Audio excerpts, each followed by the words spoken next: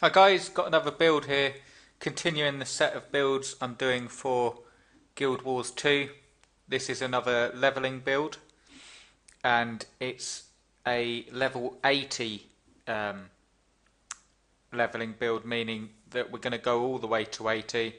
As I said if you see some of my other builds, I will do some more videos that give you more of a breakdown, but for now I'm just putting the skills on, if you will, using this skill calculator, so you can see how the build develops, what weapons we're picking, and giving you some information that you're going to hopefully end up with at level 80.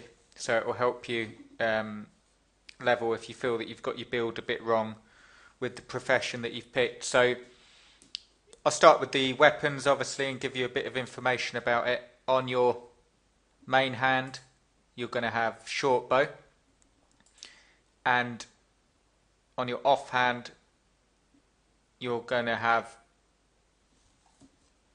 axe and warhorn. So it's not really offhand. Basically, your weapons are going to be axe with warhorn and the short bow. So that's a way of looking at it. For the aquatic, for the water, you're going to have harpoon gun. So that's like your base skills, if you will. The way it works, you've got your short bow. That'll be your main source of single target damage and survivability, and it basically outscales nearly any other weapon in that capacity. And always try to attack your enemy from the back or sides, as this triggers bleed effects, so it works well to maximise the damage. And you can use your axe and warhorn for events and multiple enemies. The axe, you get the ricochet skill, and also when running or travelling, for the movement speed boon from Call of the Wild as well. So yeah, that's your basic weapons. I just load some utilities and healing and stuff onto this build so you can see how that works. On number 6 here, you're going to have Troll and Unduant. You and your pet regenerate health over time. Here you're going to change this to Healers 1. Heal yourself and your pet. Okay, and 7 here,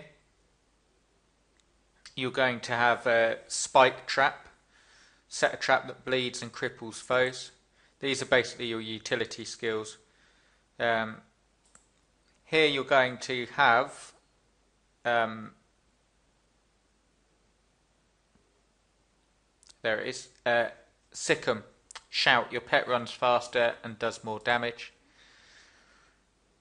Number 8, you're going to have Signet of the Hunt. It's a passive and an active. Basically, passively grants 10% increased movement speed to you and your pet, which is always good. And your pet's next attack deals more damage. There's the active skill. Number 8. Sorry, I'm just sort of doing this, from memory. You want to change this to Frost Spirit here.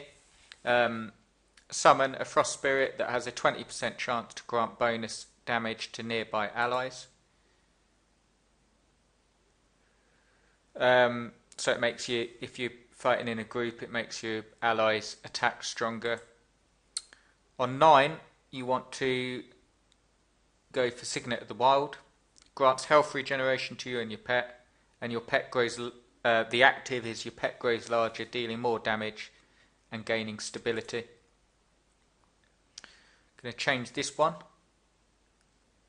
and we're going to have Quickening Zephyr. Survival, you and your pet gain quickness but cannot be healed during this time. So very good for speed, this build. And on the last one, the elite skill we're going to pick is Rampage as one. Rampage with your pet, gaining stability, fury and swiftness. You and your pet also grant might to each other when you attack. So that's like, if you get into trouble, you've got that. Now, I'm going to put the traits on now, and then I'll give you a bit of information. Just before we do that, just a bit of information about the healing and utilities that I've just done.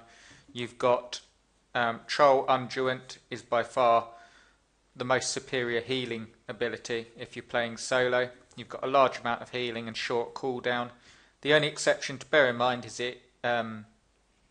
underwater you won't get the regen effect. It doesn't work at all, so something to bear in mind. And you can adapt these utilities depending on the combat situation, but your main ones are like Spike Trap. That's a good survival and AoE damage tool that gets more useful as you level because the damage goes up. You've got Signet of the Hunt, a passive too good to pass up. Basically, it increases your travel speed and consequently your leveling speed as well. You can use Sharpening Stone or Sikkim if needed until you unlock this Signet. These two are sort of the same, Signet of the Wild and Quickening Zephyr. Good for solo play. It applies to both you and your pet, so you get good survivability for both of you. Quickening Zephyr boosts your attack speed for 4 seconds, which gives you a massive damage increase if you prefer a damage-based ability, so you could pick either or. Rampage is one, and like I've just said, that's a good one, good elite skill to go to if you find yourself in trouble. Now, moving on to the traits, I'll just load these on. Marksmanship, put 30 on that. And we're going to put Steady Focus on. And we're going to put Piercing Arrow. And lastly, we're going to put Remorseless. Skirmishing, we're going to put 30 on that. And we're going to put Sharpened Edges, Companion's Might, and here we're going to put Carnivorous Appetite. Okay, Wilderness Survival, we're going to put 10 on there, and we're just going to add Expertise Training. So there you have it. I mean, that's like the full build. We're up to level 80 now. Now, just a bit of information about the traits. Skirmishing, I actually did it in order, but Skirmishing's the first tree that you want to fill out. It gives you increased critical chance and damage, and the slot skills will increase your damage even more. And you can also switch the third slot for Quick Draw if you aren't worried about your pet's survivability. So if you want to go for more damage and sacrifice your pet's survivability, you can swap the third slot on the skirmishing on the skirmishing trait tree, if you will, for increased damage, but it sacrifices your pet's survivability. You've got Marksmanship. That's the second tree you should fill out, and it increases power and condition duration. Piercing Arrows gives you short bow AoE attacks, so long as your enemies are in a line. And Wilderness Survival's the final tree you fill out. Basically offers you more survivability, and you can swap out the slot skill for Soften the Fall if you find yourself up high or taking shortcuts off the cliffs. So there it is. There's the build. Hope you find it useful. I'll keep them coming. These are a set of leveling builds for Guild Wars 2, but I'll also get some PvP builds and so on, which is a bit more difficult because that works against real people, so it's a bit more difficult to work out rotations, and as such there won't be any, but I will get some I'll get some builds for them too. But I hope you enjoy it. Please subscribe if you find it useful, or let me know if you've got any questions, and I will keep the builds coming. Cheers guys.